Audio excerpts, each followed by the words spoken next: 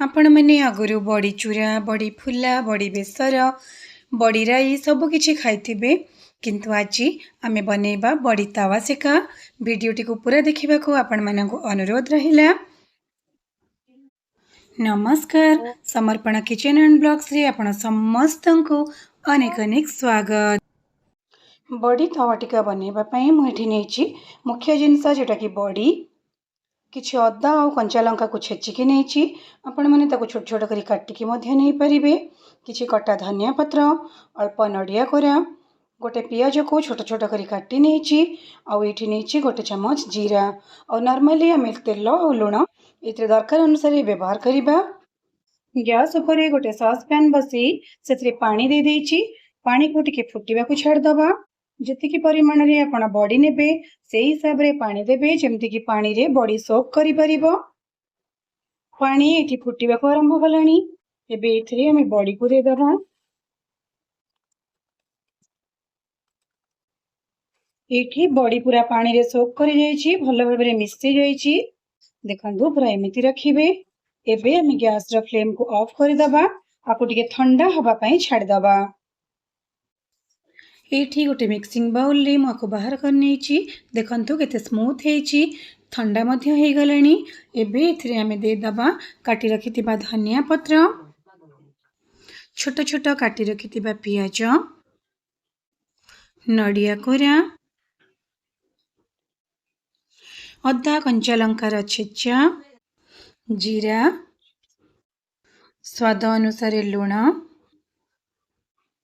Half चमच chilli flakes. आपण ये चिल्ली फ्लेक्स देखिकी देबे कहीं आम आगुरी कंचा लंकार छेचा देचे केते राग खाउचंदी आपण से हिसाब रे नेबे। ये सब को दे सारा परे आम आपको भल भाव चकटी नबा।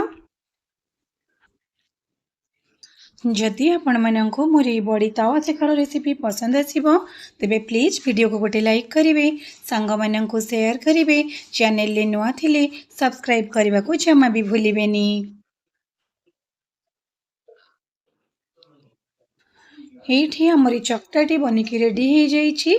आमे एबे नेक्स्ट प्रोसेस को जिबा। गैस उपरे गोटे तावा बसई से 2 चमच तेल दे देछि। से तेल को एबे तावार चारिपट को स्प्रेड कर नउछि। तावा ताते जिबा परे एबे से चकटा को हम एमती हाथ रे आनी टिक्कीर शेप दबा। देखंतु एबे हमें ताको भाजीबा पई तावारे गोटे परे गोटे टिक्की को दे दबा। गैस रा फ्लेम को हाई रे रखिबेनी, नाइले ऊपरी भाग पोड़ी जिवो एवं भीतर कंचा रही जिवो। तेणु मीडियम रे रखी हमें या को भाजी नबा। अल्प टिके तेल को टिक्कीर चारिपटे एमती बुलेई नबा।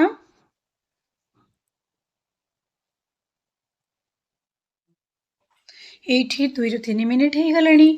आमे ये टिक्की गुडी को आरपट साइड को ओलटेई दबा।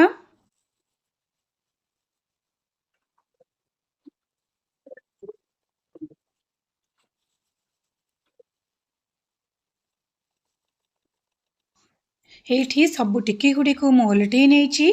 एबे आमे आकु आउ 2 ରୁ 3 मिनिट पर्यंत भाजी नबा जेमिति कि यार आरपट साइड टी हे जिवो।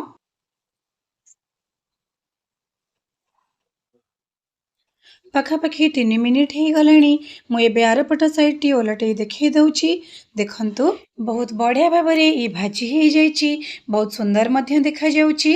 आमे ये सेम प्रोसेस रे आउ सब टिका को दे भाजी नबा। आपण माने थरे घरे निश्चय ये रेसिपी को ट्राई करंतु। मोर आशा निश्चय पसंद आसीबो। धन्यवाद।